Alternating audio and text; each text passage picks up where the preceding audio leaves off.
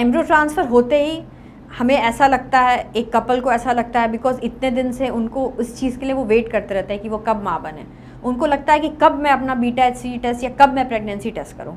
कुछ पेशेंट ऐसे भी होते हैं जो एम्ब्रियो ट्रांसफ़र करने के तीसरे दिन से ये टेस्ट करना शुरू कर देते हैं, पर हम लोग एज इनफर्टिलिटी स्पेशलिस्ट इसको मना करते हैं, बिकॉज जो एंग्जाइटी लेवल होती है, स्ट्रेस लेवल होती है, वो अगर बहुत हाई है आपके बॉडी में तो वो बहुत डेंजरस है, बिकॉज वो फिर अच्छे हार्मोन्स को नहीं बनाती है और इससे कहीं ना कहीं प्रेगनेंसी आने में ये रुकावट होती है, ये बाध्य होती है।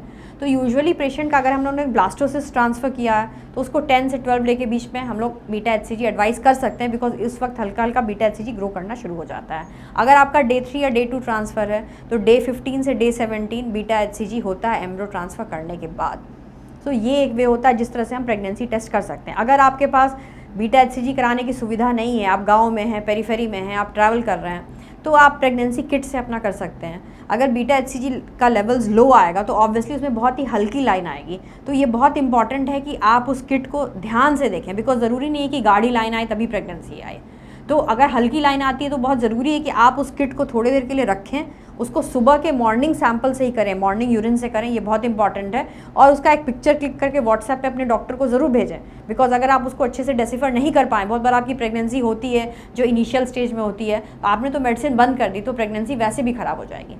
तो ये एक वे है जिस तरह से। और अगर आपने प्रेगनेंसी टेस्ट कर लिया है तो भी आपको यूरिन से किया तो भी आपको ब्लड से बीटा HCG कराना मैंडेटरी है, बिकॉज हमें आगे उसको चेक करना पड़ता है कि ये प्रेगनेंसी नॉर्मल है या ये एक टॉपिक है या ये हेट्रोटॉपिक है या किस तरह से ग्रो कर रही है, आगे चल के फेलियर टू ग्रोथ हो जाएगा, बायोकेमिकल प्रेगनेंसी होगी, मिस्ड अबॉर्शन होगा। तो इसलिए ये बहुत इंपॉर्टेंट है। पेशेंट्स क्या करते हैं, अक्सर यूरिन से किट से कर लेते हैं, उनके डबल लाइन आ गए, वो खुश हो जाते हैं।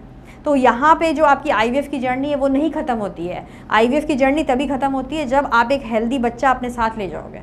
उसके बाद वो डॉक्टर डिसाइड करेगा कि कब आपका अल्ट्रासाउंड होगा, कब हम धड़कन देखने के लिए करते हैं, कब सैक देखने के लिए करते हैं। यूजुअली जब बीटा HCG 2000 से ऊपर हो जाता है तो हम सैक्स, मतलब कितने बच्चे बने हैं वो देखने के लिए करते हैं, प्लस वो बच्चे जगह पे हैं कि नहीं या वो देखने के लिए अल्ट्रासाउंड करते हैं। वो अल्ट्रासाउंड जो इनिशियल होता है वो धड़कन के लिए नहीं होता है, बिकॉज पेशेंट को जब हम वो स्कैन के लिए भेजते हैं, पेशेंट बहुत एंग्शियस हो जाता है अगर धड़कन नहीं आती, तो उसमें घबराने की कोई बात नहीं है।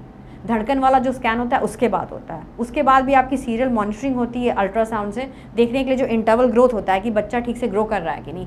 सिर्फ चिपकना ही सोल्यूशन नहीं है कि इम्प्लांटेशन हो गया, उसके बाद उसका ग्रोथ भी बहुत इंपॉर्टेंट है उस बच्चे का। तो ये कुछ वेज हैं जिससे हम एम्ब्रियो ट्रांसफ़र के बाद जान सकते हैं कि हम प्रेग्नेंट कब हैं, कब हमारी कंफर्म प्रेगनेंसी आई है। हम रखें आपका ख्याल।